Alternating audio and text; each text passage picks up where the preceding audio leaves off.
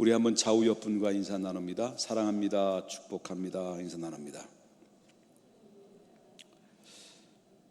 저는 지난주에 이어서 출애굽기 7장 1절부터 6절에 나오는 말씀을 중심으로 해서 완악한 마음에 대한 경고에 대해서 말씀을 드리려고 합니다. 이렇게 실시간으로 51명이 지금 함께 동참하고 계시는데, 실시간으로 동참하시는 우리 사랑하는 모든 성도님들도 하나님의 은혜와 축복이 넘쳐지기를 바랍니다. 우리 실시간으로 예배를 드리는 우리 믿음의 성도님들 위해서 우리 대면 예배 드리시는 모든 분들이 함께 박수로 하나님께 영광을 올려드립니다. 고맙습니다. 오늘 제목은 좀 이렇게 기분이 썩 좋지 않는 제목이라고 볼 수 있어요. 완악한 마음에 대한 경고. 오늘도 좋은 말을 듣기는 다 틀렸구나라고 여러분들 말을 마음속에 그렇게 생각하실런지 모릅니다. 맞습니다. 좋은 말은 없을 겁니다. 다 여러분 기분이 안 좋은 말들이 아마 전파가 될 것인데, 그러나 양약은 우리의 몸에, 우리 입에 들어올 때는 쓰지만 우리 몸속에 들어가면 그것이 우리의 몸에 유익하게 된다라고 하는 것을 기억을 하시고, 마음에 처음부터 제목이 기분 나쁘다고 해서 시험 든 상태 속에서 말씀을 드리면 별로 좋은 일이 안 생기게 됩니다. 그래서 여러분 마음 편안하게 주님의 말씀을 들어야 될 줄 믿고요. 출애굽기의 말씀 여태까지 1장부터 6장까지 지난주에까지 말씀 들었어요. 여러분이 들었던 말씀이 기억이 나시는지 모르겠습니다만은 1장부터 6장까지 한마디로 말하면 모세에 관련된 이야기를 하고 있죠. 모세가 어떻게 출생을 했고, 출생하는 과정이 성장기는 어떻게 성장을 했으며, 그 다음에 성장한 다음에 그가 어떤 위기를 만났는데 사람을 죽여서 살인자가 되어서 이제 미디안 광야에서 도피의 생활을 하게 됐고, 그리고 또 도피 생활 가운데 나이 80년 만에 그의 나이 80세에 하나님을 극적으로 호렙산 떨기나무 가운데서 만나셨고, 그 다음에 또한 그 떨기나무 가운데서 만난 모세는 하나님과의 관계를 통해서 하나님이 모세를 통해서 애굽에 너는 구원자로 내가 너를 택했다, 내가 너를 보낸다, 저들을 이끌고 약속의 땅 가나안 땅까지 너를 이끌라고 너를 불렀으니 너는 가라 라고 하는 이 소명까지, 그러니까 출생, 성장기 그리고 소명까지 그 과정을 1장 7절까지 1장부터 6장까지의 말씀을 통해서 우리에게 전달이 됐습니다. 그렇다면 오늘부터 여러분과 함께 생각하고자 하는 7장부터 12장까지 나오는 말씀은 모세와 바로의 관계에 대해서 이야기를 나눕니다. 이 바로와의 대결의 장면들이 이제 7장부터 12장까지 나오게 되는데, 그 바로와 모세의 대결하는 장면은 너무나도 흥미진진한 장면들이 이제 소개되고 있다라고 하는 것이죠. 자, 그때 장면을 보게 되면 인간적으로 볼 때는 모세는 바로 왕 앞에 대결을 했을 때에 상대가 되지 않는다라고 하는 겁니다. 한마디로 말하자면 게임이 안 된다는 거죠. 그러니까 세 발의 피다라고 이렇게 얘기할 수 있습니다. 뭘 보면 아냐면 모세는 어떻습니까? 모세는 미디안 광야에서 40년 동안 지팡이 하나 들고 양을 치는 목동에 불과합니다. 그에 가지고 있는 것은 뭡니까? 뭐 들고 간 겁니까? 그냥 단순히 그냥 양을 치는 목동으로서의 지팡이 하나 들고 바로 앞에 나타난 거예요. 그런데 그에게 가지고 있는 게 뭐 있습니까? 아무것도 없죠. 무기가 있습니까? 권력이 있습니까? 백이 있습니까? 뭐 아무것도 없는 거예요. 그냥 하나님 말씀 약속 듣고 지팡이 하나 딸랑딸랑 하면서 그래서 바로 앞에 서게 된 겁니다. 근데 거기에 반면에 이 바로 왕은 어떠냐는 거예요. 바로 왕은 그때 당대의 세계 최고의 강국의 최고의 지도자였습니다. 그러니까 한마디로 말하면 천군 만마를 다 얻어서 정말 요새와 같은 아주 그 엄청난 권세와 권위를 가지고 있었던 사람이 바로 왕이었다라고 하는 것입니다. 그러니 그 바로 왕 앞에 찾아가서 바로 왕과 싸우자고 하니, 그건 한마디로 말한다면 바위에 결혼 던지기와 같은 승률이 전혀 없는 불가능한 상태라는 거죠. 그러니까 모세가 바로와 싸워서 이길 수 있는 확률은 0.00001도 안 될 수밖에 없는, 안 되는 이런 불가항력적인 문제를 가지고 모세는 그 바로에게 덤비고 있는 것입니다. 뭐 믿고, 누구 믿고, 단순히 하나님 말씀 듣고 하나님 믿고 덤비는 거예요. 그것이 바로 이 장면이 오늘부터 이루어지고 있다라고 하는 것인데, 그런데 결과는 어떠냐?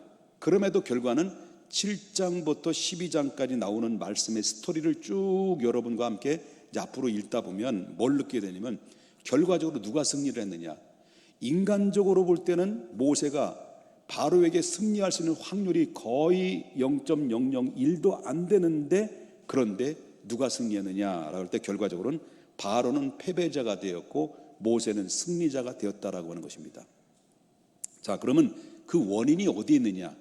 전혀 가능한 것 같지 않는 불가항력적인 문제를 가능케 됐고, 그리고 모세가 바로를 이겨내는 그런 놀라운 진면모를 보여지는 이 사건들을 보면서 그 원인이 뭐냐? 누가 실패했고 누가 성공하느냐? 모세가 실패할 것 같았는데 모세가 승리했고, 바로가 승리할 것 같았는데 바로는 실패하는 자가 됐다. 그 이유는 두 사람의 마음의 상태의 결과가 일어났다는 겁니다. 마음의 상태.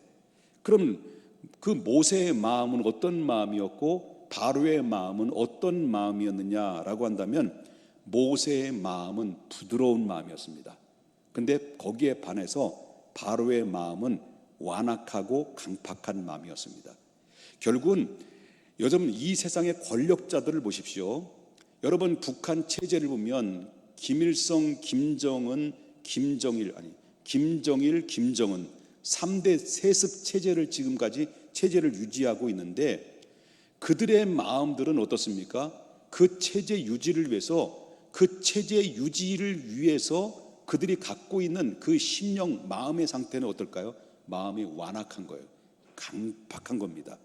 권력을 장악하면 장악할수록 세계 역사상을 보게 되면 독일 히틀러도 그렇고, 여러분, 어떠한 모든 정세에 그 독재 체제를 유지했던 수많은 사람들의 마음의 상태는 강팍한 겁니다. 특징이 강팍한 겁니다. 그런데 결국 누가 승리하느냐? 독재의 마음에 강팍했던 사람들은 결국은 다 망하고 비참한 말로를 겪게 됐고, 마음이 부드럽고 온유한 사람들이 결국 이 세상을 이끌어가고 승리자로서의 삶을 남겼다라는 것을 보게 되는데, 여러분, 모세도 마찬가지입니다. 모세는 원래 마음이 강팍한 사람이었습니다. 어렸을 때 강팍한 마음, 완악한 마음을 가지고 있었기에 사람을 쳐서 죽이는 살인자가 된 거 아닙니까? 얼마나 마음이 급했으면, 혈기가 많았으면 그러냐는 거죠. 그런데 이 부드러운 마음을 가진 이 모세가 결국은 이 강팍한 마음을 가진 바로를 이겨내는 그런 놀라운 기적의 역사가 임하게 됐다라고 하는 거죠. 그렇다면 바로에게 승리를 거두었던 모세의 부드러운 마음은 어디에서 나왔을까라고 하는 것입니다. 아까도 서두했습니다만은, 모세는 처음부터 부드럽고 온유한 마음이었을까요? 아니었습니다. 처음부터 모세는 부드럽고 온유한 마음이 아니었습니다. 혈기가 있었던 사람입니다. 그런데 이 사람이 어떻게 해서 부드럽고 온유한 마음으로 바뀌어졌느냐? 선천적으로는 혈기가 있는 사람인데 후천적으로는 온유한 사람으로 바뀌었어요. 그 이유는 바로 뭐냐면 하나님의 말씀을 믿었기 때문이었습니다. 또한 하나님의 말씀을 믿고 그 말씀대로, 하나님의 지시한 대로 조용하게 부드러운 마음으로 바로에게 찾아가서 그가 온유한 마음으로 하나님의 말씀을 전했다라고 하는 것입니다. 모세는요, 우리가 볼 때는 어떤 사람으로 봅니까? 가장 위대한 설교자요, 위대한 대언자로 우리가 봐도 과언이 아닐 것입니다. 모세 그러면 위대한 설교자, 대언자다라고 볼 수 있습니다. 그런데 모세에게는 치명적인 결함이 있습니다.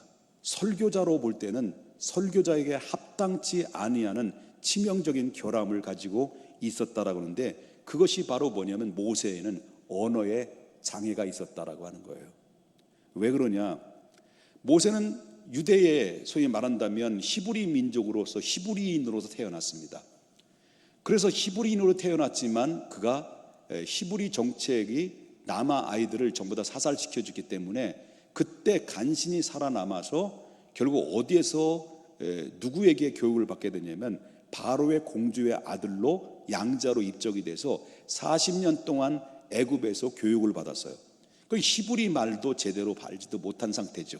그러니까 히브리인인데도 불구하고 애굽의 언어를 배웠고 애굽의 문화를 배워서 40년 동안 바로 공주 밑에서 살았기 때문에 그 안에서 그 배경 속에 살았습니다. 그런데 어느 날 이 바로가 나이 40에 사람을 때려서 죽여가지고 살인자가 돼서 졸지에 바로의 공주의 위치에서 이제 도망자, 살인자로 바뀌어지면서 저 미디안 광야에 들어가서 40년 동안 운둔 생활을 하게 됩니다.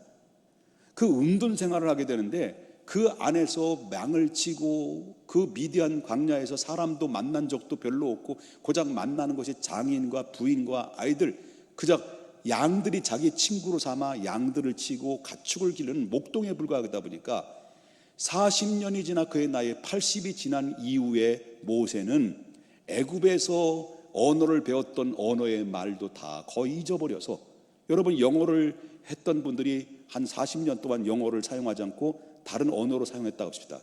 영어를 기본적인 영어를 알지만은 그런 거의 다 잃어버리는, 언어를 잃어버리게 되죠. 말을 하게 되면 말도 자신감이 없죠.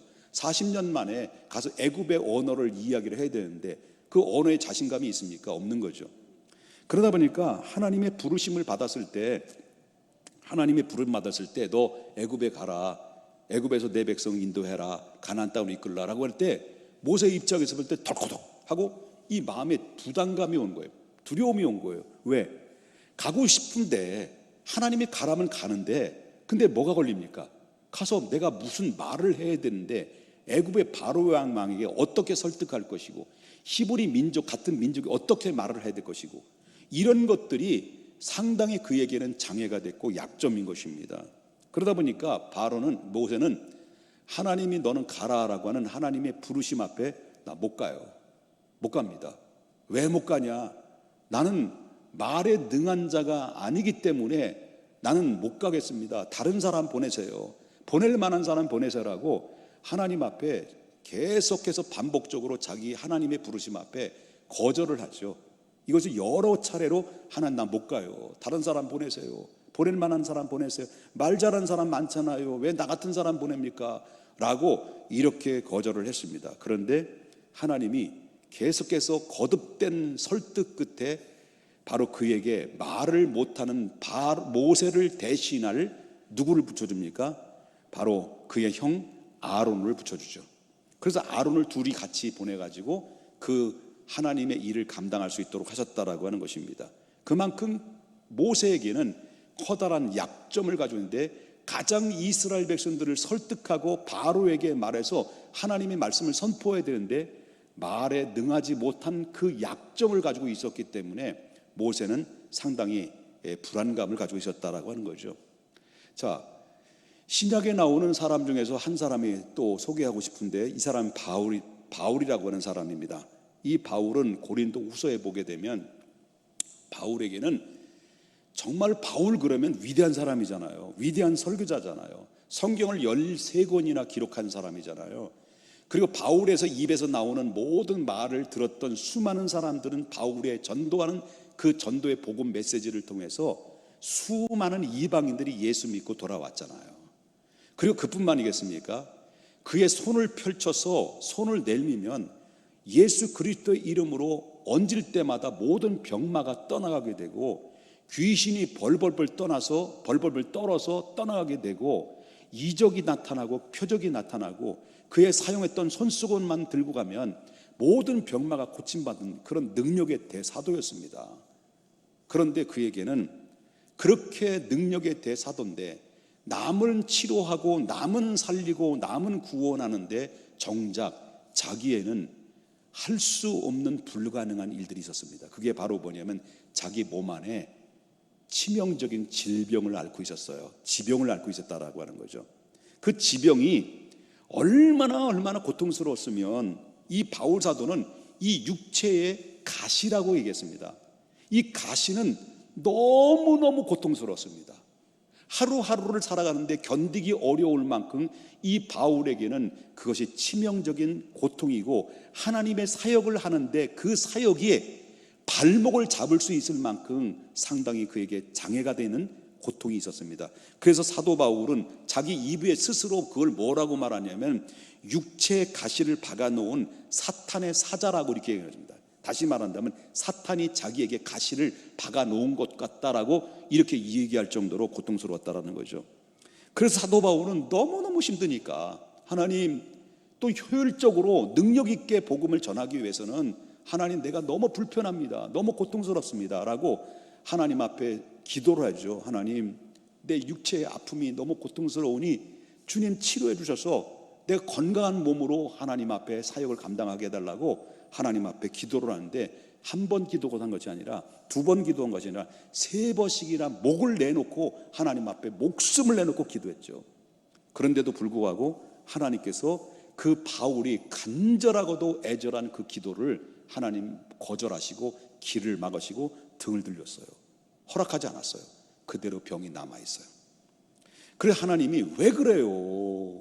그 바울이 하나님 도대체 왜 그래요? 하나님 사도로 부름받았으면 더 사역을 능력 있게 효율적으로 하려면 내 병을 좀 치료해 주셔야 되지 않습니까? 라고, 도대체 왜 그럽니까? 라고 하나님 앞에 질문했더니 주님께서 바울에게 이렇게 대답을 해요. 네가 가지고 있는 그것이 너에게 은혜다.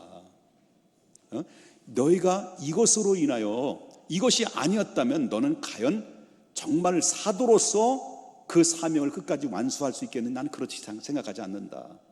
그래서 다시 말하면 내가 너에게 가시를 준 이유는 네가 너무 앞으로 사역하는 일에 자고하거나, 다시 말해 교만해서 네가 스스로 된 건 줄로 알고 네가 스스로 하나님인 것처럼 여겨질까 봐 그런 가능성을 가지고 있기에 바로 너에게 그대로 가시로 남는 것이다. 그것이 너희가 은혜인 줄 알라 라고 해서 하나님이 고쳐주지 않았어요. 이게 바로 바울에게는 그 말씀을 듣고 난 이후에 바로 뭐라 했습니까? 하나님께 감사 기도를 했어요. 이 아픔이, 가시가 나를 나되게 만들고 내 약함이 강함이며 약한 곳에서 강한 능력이 나온다. 그때부터 자기가 약하기 때문에 더 엎드릴 수 있었고 더 기도할 수 있었고 더 주님을 찾을 수 있다 보니까, 그러다 보니까 바울의 손에 의해서 기적이 나오고 능력이 나오고 바울의 입에서 선포될 때마다 수많은 영혼들이 회개하고 돌아오는 능력이 그 바울의 약한 곳에서 나오게 됐다라고 하는 거죠. 여러분, 모세도 마찬가지였습니다. 지팡이를 뱀으로 만들었던 것이었습니다. 하나님이 보내기 전에 지팡이를 뱀으로 만드는 체험을 하도록 하셨어요. 문둥병이 걸리도록, 바로 뭐냐면 너의 품속에 손을 집어 넣어봐라 할 때 또 빼보라 하는 순간 문둥병이 걸렸어요. 나병이 걸렸어요. 그래 다시 집어넣었을 때는 다시 나병이 깨끗하게 치유받는 기적도 하나님이 모세에게 보여줬어요.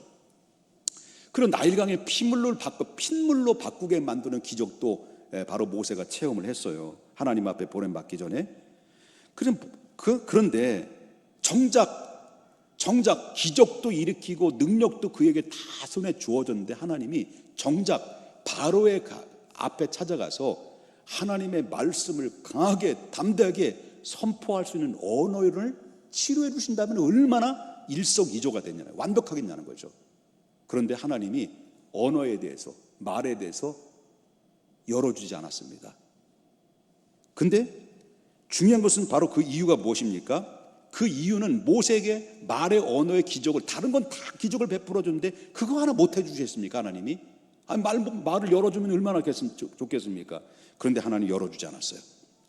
그 이유는 모세에게 계속 말을 잘 못하게 하심으로 그를 끝까지 하나님의 사자로 사용하시기 위함이었고 하나님의 계획이었다라고 하는 것을 보게 됩니다. 그러므로 모세에게서는 약한 것이 오히려 불편한 것이지만은, 그러나 모세에게는 말 못하는 것이 오히려 그에게는 은혜가 되었다, 그런 이야기입니다.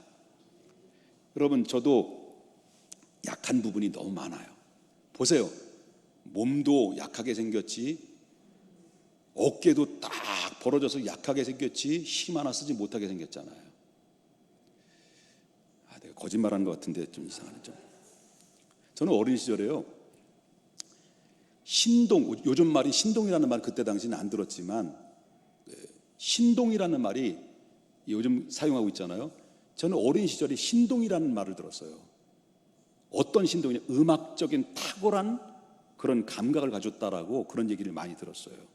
그래가지고 어렸을 때 노래를 부르면 자꾸 시키는 거예요. 노래 잘하니까 어린 시절에 막 해보라고 시키는 거예요. 그러면 하죠. 야, 너무 잘한다. 그리고 악기를 그때 당시에는 하모니카와 그때는 필이라고 그랬죠. 그때는 많이 이제 불었던, 그러니까 어른들이 우리 하모니카를 우리 외사촌 형이죠. 형님이 이 종욱 형님이라는 분이 있어요. 이분이 하모니카를 잘 불렀어요. 그래 부를 때 그냥 불러보면 나도 한번 그걸 잡아가지고 한번 불러봤어요. 아는 곡은 잘 되는 거예요. 아는 곡은 다 불러요. 음감이 얼마나 탁월한지. 이 대머리 총각, 대머리 총각, 그 총각을 하모니카로 처음부터 싹 불어댔어요. 그랬더니 막 놀래가고 기절은 안 했어요. 그 정도로 음감, 피리도 딱 잡으면요, 제가 아는 곡은 다 거의 다 이게 완벽하게 한 정도는 아니지만 90% 이상은 다 해댔으니까 음악적인 탁월한 그런 감각을 가지고 있었다라고 하는 거죠. 바람에 휘날리는 허무한 맹세였나, 첫눈이 내리는 날 안동역 앞에서 만나자고 약속한 주님. 바람에 휘날리는, 어디 많이 들었던 사람 같죠? 진성 노래. 자, 진성 바람에 이 부분 봐. 제가 전에 불렀던 내 목소리하고 누가 더 잘해? 제가 좀 낫죠? 여러분 다 못 들은 것 같은데 다시 불러. 이건 또 이게 또 은혜, 여러분 또 이 노래를 듣고 집에 가서 우리 누구에게 나 교회 가서 은혜 받았다. 어떤 은혜? 안동역에서. 이렇게 이러면 안 돼요. 제가 만약에 정말 이 음악을 좋아했고 노래를 상당히 좋아했거든요. 좋아했는데 제게 치명적인 노래에 있어서 문제가 있어요. 그게 바로 뭐냐면 제가 약한 부분이 박치야, 박치. 박자를 잘못 맞춰요. 그 다음에 뭐냐면 길치. 그 다음에 세 번째는 얼치.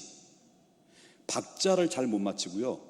그 다음에 사람의 얼굴을 기억을 잘 못해요. 그냥 사람을 한 번 보면 몰라. 한 10번 정도 봐야 그때야 그 사람의 얼굴을 기억해요. 그럼 공부도 못했겠네. 공부는 잘했어요. 그렇다고 못한 거는 아니에요. 그 다음에 또 길을 몰라. 그래서 나는 하나님이 값진 주신 선물, 최고의 선물이 바로 뭐냐면 내비게이션. 그걸 볼 수 있어요. 그런데 만약에 내가 음악으로 가게 되면 뭐 밤무대도 뛸 수 있고 또 뭐 행사도 갈 수도 있고 진성과 쌍벽을 이루고 나이벌 형성을 이룰 수도 있겠죠. 내가 조금 더 나니까.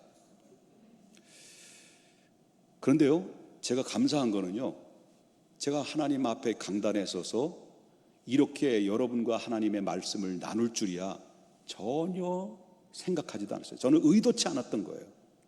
그런데 지금 와서 생각해 보니까 하나님의 말씀을 선포하고 저의 선포되는 말씀을 통해서 여러분 성도님들이 응답해 주고 또 함께 공감해 주고 은혜를 받고 새로운 변화가 일어나고 예수님을 믿는 사람이 계속 늘어나게 되고, 이렇게 하나님 앞에 쓰임받는 부분이 내 약한 데서 하나님이 나에게 강한 하나님의 능력으로 역사해 주신다는 사실을 내가 느끼기 때문에 오히려 하나님 앞에 나는 감사하다. 나는 약한 부분이 그 밖에 많았어요.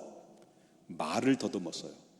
지금은 많이 고쳤는데 초등학교 4학년 때 육성예배를 몇 년 동안 안 내다 보니까 우리 음악 선생님이었는데, 그때 음악 선생님이었는데 출석부가 그때 새카만 출석부예요. 죄송합니다. 이렇게 기른 거예요. 그러면 육성예배 안 낸 데들 나오라고 그래요. 야 나와. 나오는데 다른 애들은 그냥 너 왜 부모 오라는데 너 엄마 아빠 오라 그러는데 왜 안 불러? 왜 안 와? 내가 지금 더듬고 있어요. 그때 김옥복, 그때는 김병복이었어. 김병복 나와서 앞에 탔는데, 그때 다른 사람들은 그냥 보내는데 나는 워낙 육성회비를 지독하게 안 나다 보니까 출석부를 위에서 머리를 탁 채는데 딱 치면서 생긴 건 말이야 꼭 침팬치 같이 생겨가지고 새끼 말이야. 뭐 이런 말을 하니까 그때 아이들이 침팬치 같은 새끼라고 얘기할 때 그 말에 아이들이 막 폭소가 팍 터진 거예요. 그러니까 그때 저는 갑자기 충격이 온 거예요. 쇼크가 왔어요. 그때부터 말을 더듬기 시작하는데 말을 정말 엄청나게 더듬었어요. 조금 흥분이 되고 조금만 어떤 무안을 당하게 되면 그때부터 말을 더듬기 시작하면서 그 실어증이 걸린 거죠.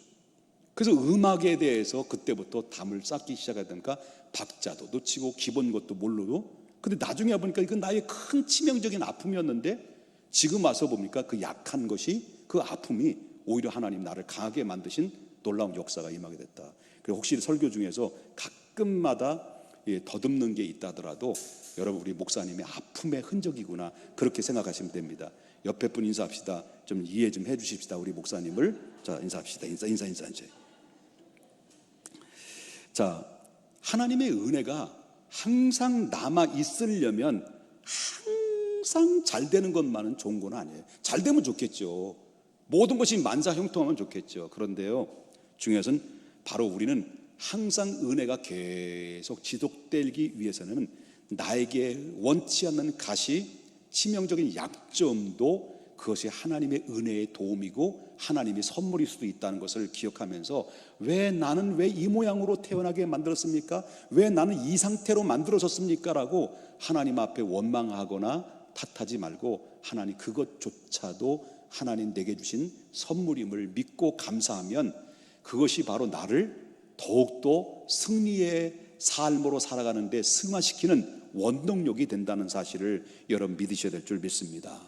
그래서 여러분 마태복음 5장 3절에 뭐라고 말해요? 5장 3절에 심령이 가난한 자는 복이 있나니 뭐라 했습니까? 심령이 가난하다는 건 뭐예요? 내가 갈급한 거예요. 내 능력으로 안 되는 거예요. 그래서 하나님이 원하는 거예요.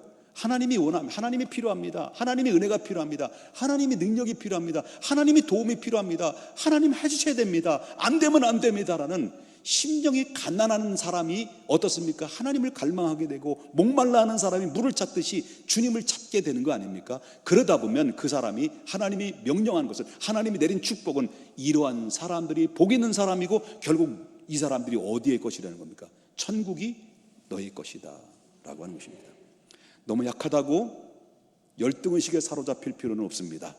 내가 부족하다고, 내가 아픔이 있다고, 내가 몸에 치명적인 가시가 있다고, 어쩌면 내가 더 이상 교만하지 않도록, 내가 넘어지지 않도록 만들어주시기 위한 하나님의 선물인 것을 그대로 받아들이고, 오히려 하나님 앞에 감사하면 내 약한 데서 여러분의 삶을 능력 있게 새롭게 모세와 같이 쓰임받을 수 있다는 사실을 믿으셔야 될 줄 믿어요. 근데 반대로 강팍한 마음은 어디서 옵니까? 강팍한 마음의 증세는요, 강팍한 마음을 어떻게 해서 강팍하게 되냐면 다른 거 없습니다. 성도님들이 하나님 앞에 믿음으로 살아가고 있지만 자꾸 성도의 삶을 살아가는 사람이 강팍해져 가는 이유가 뭐냐? 자꾸 돌변해 가는 이유가 뭐냐? 그 속에 하나님의 말씀을 듣지 않는 증세입니다. 하나님의 말씀을 안 들으려고 그래요. 그래서 여러분, 바로가 점점 가면 갈수록 하나님 앞에, 또 이 모세 앞에 계속 가면 갈수록, 시간이 흐를수록 하나님 내 백성 내놓으라 이렇게 얘기했는데도 불구하고 시간이 가면 갈수록 바로는 점점 마음이 어떻게 되는 거예요? 강팍해졌다는 거예요. 왜? 하나님의 말씀을 안 듣기 때문에, 하나님의 말씀에 귀를 기울이지 않기 때문에 점점 결국 어떻습니까? 바로의 마음은 강팍해졌다라고 하는 것입니다. 여러분, 그렇기 때문에 바로는요, 여기 보면 어느 정도 하나님의 말씀을 거부를 했냐면, 출애굽기 5장부터 10장 사이에 하나님이 모세를 통해서 부드러운 말로 이렇게 얘기해요. 내 백성을 가게 하라. 이것이 하나님의 말씀이다 라고 내 백성을 보내라고 하나님의 명령을 가지고 바로에게 7번 얘기했어요. 7번.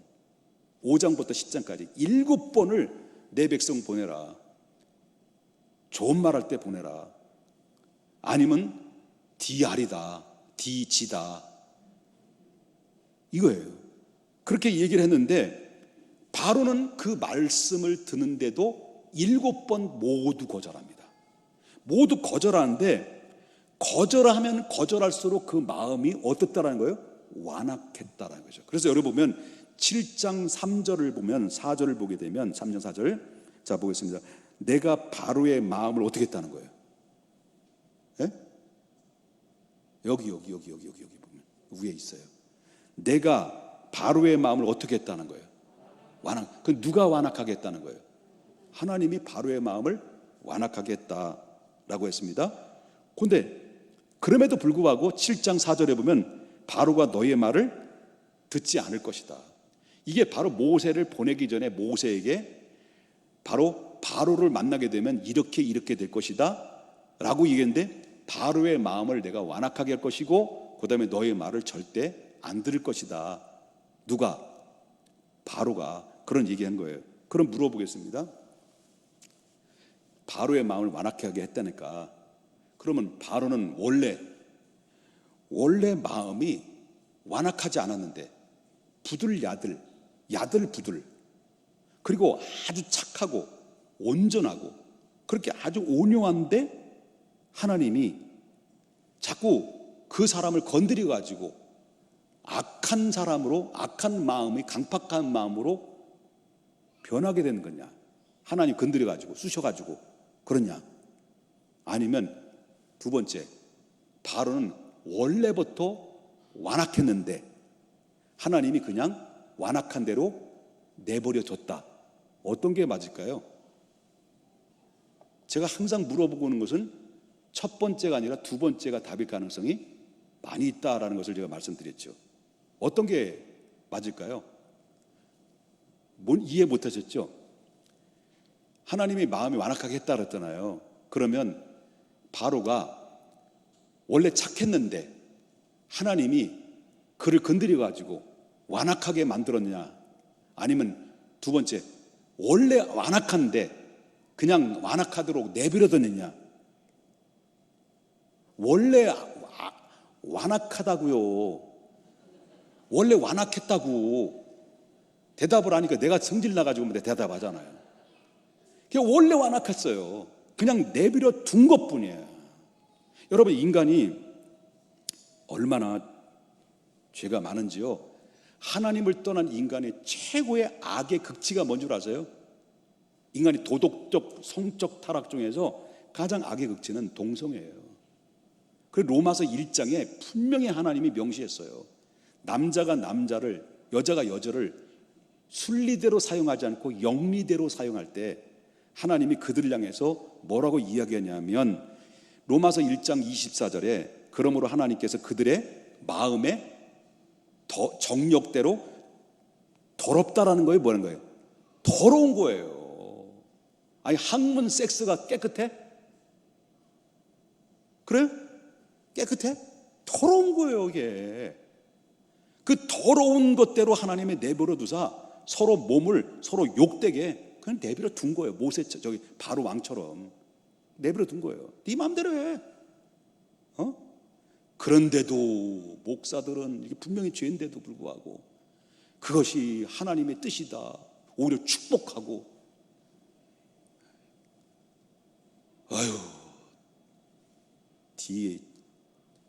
지혜야 돼요. 그런데 하나님이 28절에 보니까 뭐예요? 또한 그들의 마음에 하나님 두기 싫어한 거죠. 마음이 강팍하니까 죄지니까 하나님께서 그들의 상실된 마음대로 얼마나 저주예요. 상실된 마음대로 그냥 두사 합당하지 못한 일을 그냥 하도록 내버려 둔 거예요. 이게 그들의 마음을 강팍하게 내버려 둔 바로의 마음도 똑같은 상황이에요. 그럼 이 사람들의 최종의 결론은 뭐예요? 로마서 1장 마지막 절에 보게 되면 이들에게는 뭐가 해당된다는 거죠? 사형에 해당된다. 너희들이 더러운 곳에 하나님, 그냥 회개하고 내버려둔 것이 아니라, 돌아오게 내버려둔 것이 아니라 네 마음대로 해, 네 멋대로 해. 인간의 최악의 극치로 내려갈 때, 그래서 여러분 이 전 세계에 동성애법을 통과시켜서, 보호법을, 인권보호법을 통과시켜서 여러분요, 동성애 결혼 합법으로 이미 다 법제화된 거, 우리나라만 안 된 거예요. 그럼 이 세계가 지금 어느 정도까지 죄악으로 치닫고 있는가라는 것을 여러분 충분히 감지할 수 있을 거예요. 그래도 여러분 옹호할 수도 있어요. 그들이 불쌍할 수도 있어요. 그러나 안 해요. 우린 성경을 믿는 사람들은 성경을 믿어야 돼요. 죄면 죄다라고 믿어야지. 이거를 우리가 타협하고 그들이 불쌍하니까, 아니요, 불쌍한 건 불쌍한 거고 그들을 선한 길로 인도하는 것은 인도하는 것이지만은, 그러나 그들이 합당하다, 그들이 생각이 옳다라고 이렇게 나팔을 불어대는 이런 거짓 사건 목사들은 이 세상에 없어져야 된다고 생각하는 사람들이에요. 미안해, 난 멱살 잡고 나한테 흔들어야 되는지 모르지만 난 흔들으면 흔들릴 거예요. 아싸 호랑나비 해가지고. 여러분, 똑같은 태양이 비춰져요. 태양이 빛이 뜨거워요, 차가워요? 뜨겁죠. 태양이 똑같이 빛이 쫙 뜨거운 빛이 비춰주는데, 여기에는 얼음은 태양의 빛에 의해서 어떻게 돼요? 녹아져요. 근데 진흙은 어떨까요? 태양이 비춰질 때 그 진흙은, 진흙 속에 수분이 전부 다 빠져나가면 빠져나갈수록 그 진흙은 점점 굳어지는 거예요. 이게 강팍한 마음이에요. 한쪽은 태양의 빛이 비춰질 때 녹아지고 회개하고 주님 앞에 돌아와서 주님 믿고 의지하고 소망 가운데 거하는데, 한쪽은 계속해서 하나님의 빛이 비춰지는데도 불구하고 점점 마음이 굳어지고 점점 마음이 피폐해지고 점점 마음이 완악해지는 거예요. 여러분 아셔야 됩니다. 예수 믿는 사람도 그럴 수 있다는 걸 알아야 됩니다. 뭘 말하냐면, 하나님의 빛이, 하나님의 능력의 말씀이 이 강단에서 선포되든지 말씀 묵상을 통해서 여러분 마음을 때리든지, 그럴 때마다 예배 자리로 찾아오는 여러분들은 매일매일마다, 매 순간순간마다 여러분 은혜 받아야 돼요. 은혜 받아야 돼요. 받아야 될 은혜를 받지 못하면 어떻게 됩니까? 계속해서 여러분들 은혜를 받으면 받을수록 여러분, 우리의 마음은 어떻게 됩니까? 점점 강팍해지고 완악했던 마음들이 녹아지고 회개하고 온유해져 가기 시작합니다. 온유해져 가기 시작하면 그 온유한 그곳에서 하나님의 능력이 나오고, 온유한 그곳에서 하나님의 진리가 나오고, 온유한 그곳에서 기적이 나오는 것인데, 매 순간순간마다 교회는 나왔지만은, 하나님의 말씀은 듣지만은 은혜를 받지 못하고 은혜를 공급받지 못하면 못할수록 어떻습니까? 마음은 점점 완악해지고 강팍해지기 시작하면서, 은혜 받지 못하니까 서서히 말씀이 안 들어와요. 은혜 받지 못하니까 마음이 강팍해요. 마음이 강팍하면 어떻습니까? 불평이 나와요. 불만이 나와요. 교회는 왜 이래? 왜 저래? 저 목사는 왜 이래? 그런 불평과 불만이 나오기다 어떻습니까? 서로 불평과 불만은 완악한 마음들이 함께 어우러지면 완악한 사람들이 이렇게 모여지고, 거기에 큰 힘의 세력이 만들어서 결국 목사파 장로파 해서 서로 교회가 싸우고 멱살 잡고 교회가 분열되고, 이런 싸움터가 되는 이유는 바로 뭐냐면 은혜 받지 못해서 그런 거예요. 은혜 받지 못했어요. 미안합니다. 흥분을 하면 제가 좀 더듬는데, 하나님의 뜻인지 모르면 치유해 주셨는지 모르지만 좀 별로 안 더듬네요. 은혜 받아야 돼요. 모세는 처음부터 온유한 사람이 아니었어요. 모세는 온 세상에서 모세보다 온유한 사람이 없다라고 하나님이 인정을 했어요. 처음부터 그런 사람이었어요. 혈기가 많은 사람이었어요. 마음이 완악한 사람이었어요. 사람을 죽였어요. 자기 의지가 상했어요. 그런데 깎이고 하나님의 말씀을 통해서 깎이고, 모세는 어떻습니까? 모세가 찾아갔어요. 바로에 찾아갔어요. 그랬더니 바로가, 네가 누구간데, 하나님 누구간데 너희 백성을 보내라고 그러냐? 그래, 고역을 더 2배로 3배로 막 더블로 그냥 이스라엘 백성들을 괴롭히니까 이스라엘 백성들이 죽네 사네 하면서 누구한테 찾아와서 원망을 해요? 모세한테 찾아와서 당신이 이곳에 오지 않았다면 우리가 이렇게 고난을 당하지 않을 건데 당신이, 그러면서 하나님을 원망하고 백성들이 모세를 원망했을 때 모세는 어떻게 했을까요? 그 자리에 집에 들어와서 하나님 기도한 거죠. 하나님 왜 그래요? 나 왜 보냈어요? 또 이스라엘 백성들 이끌고 여러 홍해 앞에서 막 가로막혀 있으니까 저 뒤에는 애국 군대가 쫓아오죠. 홍해는 가로막죠. 갈 데가 없고 이제 죽음밖에 기다리지 않는 가운데서 백성들이 또 뭐래요? 모세를 해서 원망하면서 하나님이 모세 당신이 무언데 하면서 했을 때 모세는 또 거기서 그들을 그 소리를 듣고 나서 모세는 또 하나님 앞에 엎드려 기도해요. 저들이 또 이 홍해를 건넜을 때 뭐 엘샤다이 하나님, 엘샤다이 하나님, 엘샤다이 하나님, 그래서 그들이 통과를 해놓고 나서 얼마 있으니까 물이 없으니까 목마르니까 물 줘 해서 또 모세 당신이 나 애굽으로 돌아갈래 보내줘 했더니 또 하나님 앞에 엎드려 기도. 지팡이를 쳐서 반석을 내서 물을 내요. 또 원망하면 또 기도해요. 이렇게 해서 모세는 자기의 약하고 부족함을 놓고 하나님 앞에 기도하고 하나님 밀착하고 하나님을 가까이 하면서 모세는 서서히 하나님의 은혜를 받아요. 그래서 점점 완악하고 강팍한 마음이 깎이고 또 깎이고 계속 깎이고 엄청나게 깎이고 겁나게 깎여서 나중에는 온유한 사람. 여러분, 승리자는 온유한 자가 승리해요. 강력한 리더십을 가지고 있고 강력한 권세를 가지고 있었던 강팍하고 완악한 사람들이 이 세상을 지배하는 것 같지만 아닙니다. 온유한 자가 지배하는 거예요. 그러기 위해서는 여러분, 주님 오실 그날 때까지 꼭 지켜야 됩니다. 두려워해야 됩니다. 왜 두려워해야 되냐? 무엇을 두려워해야 되냐? 은혜 받지 못할까 봐, 내 안에 은혜가 사라질까 봐. 여러분, 은혜 받지 못하면 강팍한 자가 되고요, 완악한 자가 되면 그때부터 마음이 강팍한 자가, 완악한 자가 교회를 대적하는 대적자가 되네. 대적자. 오늘날 교회 안에 대적자들이 얼마나 많이 있어요. 처음부터 이 사람들이 대적자가 아니었습니다. 처음부터 이 사람들이 대적자가 아니었어요. 은혜가 사라지니까, 말씀이 사라지니까, 온유함이 사라지니까 대적자로 변질되고 마른 거예요. 가장 중요한 것은 변화가 돼야 되는데, 가장 두려운 것은 변화는 안 되고 변질되는 게 가장 두려운 거예요. 미안합니다. 제가 처음부터 그랬잖아요. 좋은 말은 들을 기억하지 말라고, 기대하지 말라고. 자, 옆에 분 인사합시다. 변화되고 변질되지 말고 변화되십시다.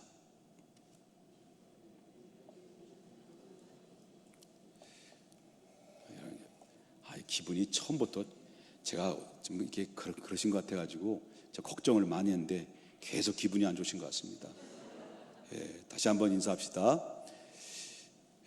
변질되지 말고 변화되십시다. 그러기 위해서는 어떻게 하라고요? 하나님의 은혜를 계속 받아라. 그리고 온유한 마음이 계속 유지하기 위해서는 여러분 계속 깎이는 건데, 내 약한 것, 내 가장 약한 것 두려워하지 마시고요, 약한 것 때문에 하나님이 나를 붙들고 있다는 것을 믿고 감사하면 언제나 여러분 승리의 깃발을 꽂혀지게 된다는 사실을 믿으셔야 될 줄 믿습니다. 기도하겠습니다.